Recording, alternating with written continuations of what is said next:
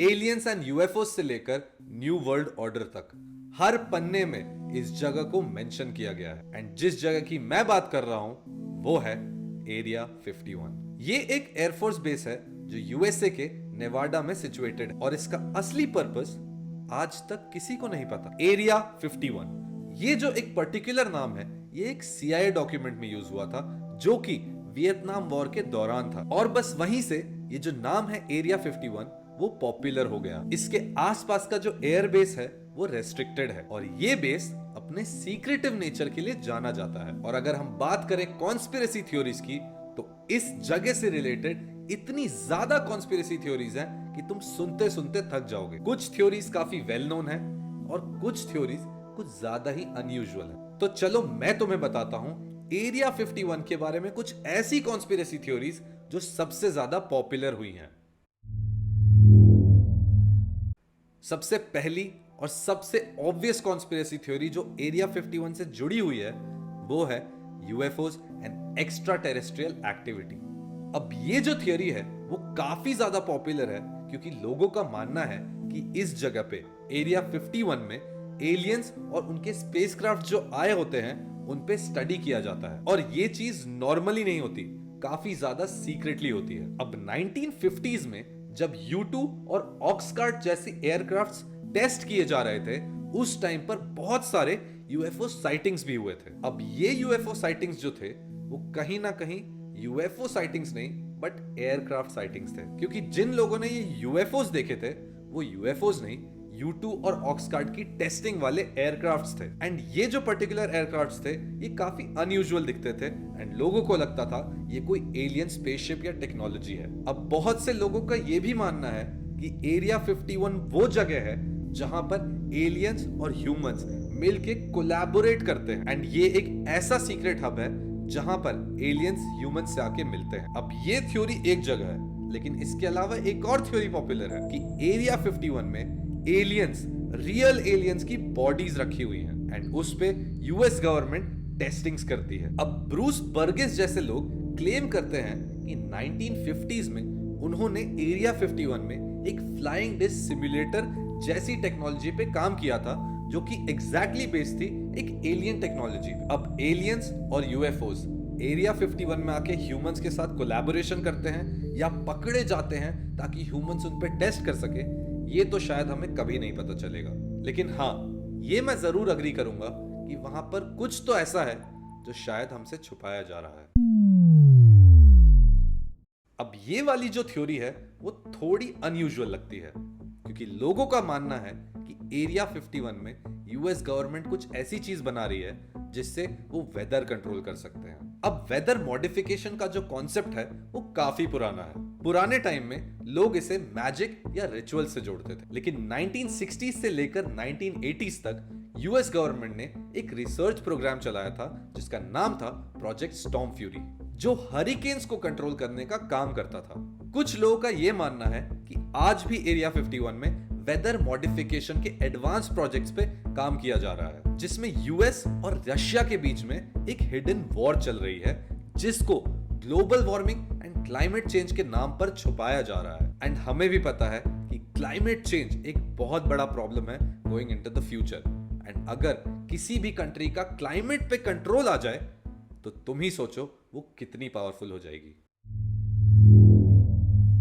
अब जरा real world से हटकर साइंस फिक्शन की दुनिया में चलते हैं, क्योंकि ये थ्योरी कहती है कि एरिया 51 में टाइम ट्रैवल और टेलीपोर्टेशन के प्रोजेक्ट्स चल रहे हैं। कुछ लोगों का कहना है कि 20th सेंचुरी के दौरान एरिया 51 में एक टाइम ट्रैवल मशीन बना ली गई थी जो टाइम ट्रैवल करने में केपेबल भी थी। एंड कुछ थ्योरीज तो यहां तक चली गई हैं कि यह बोला जा रहा है कि यूएस अपने एजेंट्स को पास्ट में भेज रहा है जहां पर जाकर वो पास्ट इवेंट्स को चेंज कर रहे हैं, जिसकी वजह से फ्यूचर में, मतलब अभी, यूएस एक सुपर जायंट बन जाए, जिसकी वजह से हम आजकल कुछ ऐसे टाइम ट्रैवलर्स की कहानी जानने लग गए हैं जो शायद हमें पहले नहीं पता थी।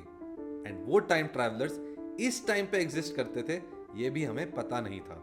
अब फिजिक्स के हिसाब से हम फ्यूचर में तो जा सकते हैं, लेकिन एरिया 51 में क्या पास्ट में जाने की मशीन बना दी गई है? अब इसी में एक और थ्योरी आ गई है कि लोग बोल रहे हैं कि एरिया 51 में टेलीपोर्टेशन डिवाइसेस बन रहे हैं, जिसमें एक इंसान यहां पर खड़े होके एक बटन दबा के या तो एक एनीवेयर डोर टाइप कुछ खोलकर घुस जाए एंड डायरेक्टली दूसरी जगह पहुंच जाए। लेकिन ये जितनी भी बातें हैं ये सिर्फ थ्योरीज हैं, क्योंकि इन सब का कभी भी कोई प्रूफ नहीं मिला है। अब आपने कई बार मूवीज में देखा होगा कि फ्यूचरिस्टिक वेपन्स का यूज होता है, जैसे लेजर गन्स और माइक्रोवेव वेपन्स। एरिया 51 में ऐसे ही एक्सपेरिमेंटल एनर्जी वेपन्स डेवलप हो रहे हैं जो शायद आगे चल के वॉरफेयर में यूज हो सकते हैं। अब इसी का एक एग्जाम्पल है एक्टिव डिनायल सिस्टम। ये एक ऐसा माइक्रोवेव वेपन है जो अभी करंटली मिलिट्री में यूज हो रहा है, और ये जो वेपन है वो एक इंसान को रिमोटली, मतलब दूर से ही पेन फील कराता है without any physical damage. And अगर आपको लगता है कि लेजर वेपन्स सिर्फ मूवीज में यूज होते हैं तो शायद आप गलत हैं, क्योंकि यूएस नेवी ने सक्सेसफुली ऐसा ही एक लेजर वेपन टेस्ट किया था जो हाई स्पीड टारगेट्स को डिस्ट्रॉय कर सकता था। एंड इसके अलावा एक चीज और अगर तुमने नोटिस की होगी कि जो एलए फायर्स हुए थे उसमें लोग बोल रहे थे कि एनर्जी वेपन्स का यूज हुआ है। एंड उसमें तुमने एक और चीज देखी होगी कि जो भी चीज ब्लू पेंटेड थी वो बच गई थी। और इसके बाद एक वीडियो फेमस हो रही है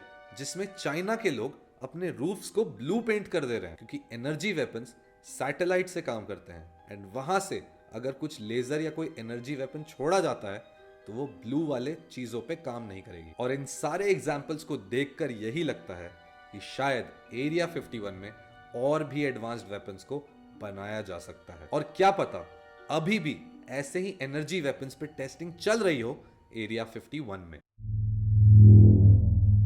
अब सबसे ज्यादा फार रीचिंग और कॉम्प्लेक्स जो कॉन्स्पिरेसी थ्योरी है वो है द न्यू वर्ल्ड ऑर्डर। इस थ्योरी के अकॉर्डिंग इस पूरी दुनिया का जो कंट्रोल होगा वो एक टोटलिटेरियन गवर्नमेंट के पास होगा। ये गवर्नमेंट सीक्रेटली एलियन फोर्सेस के साथ कोलैबोरेट कर रहा है, और इसकी वजह से उन्होंने ह्यूमन पॉलिटिक्स और इकोनॉमी को अपने कंट्रोल में कर लिया है। और इस थ्योरी में यह भी कहा जाता है कि दुनिया के जो सबसे बड़े लीडर्स हैं वो एलियंस हैं, और वो यहां पर अपना एजेंडा पूरा कर रहे हैं। और अगर ये थ्योरी सही में सच है तो एरिया 51 में जरूर एलियन ह्यूमन कोलैबोरेशंस कनेक्शंस हो रहे हैं, और ये बेस सीक्रेट गवर्नमेंट प्रोजेक्ट्स के लिए एक सेंटर बना हुआ है। अब इस थ्योरी में इससे भी ज्यादा फार रीचिंग बात यह है कि एलियंस ने ह्यूमंस को एब्डक्ट किया है एंड हमारी टेक्नोलॉजी यूज करके वो अपनी इंटर गैलेक्टिक मिलिट्री सुपीरियरिटी बढ़ा रहे हैं। अब इसके अलावा तुम्हें याद होगा कि कुछ टाइम पहले या बहुत सालों पहले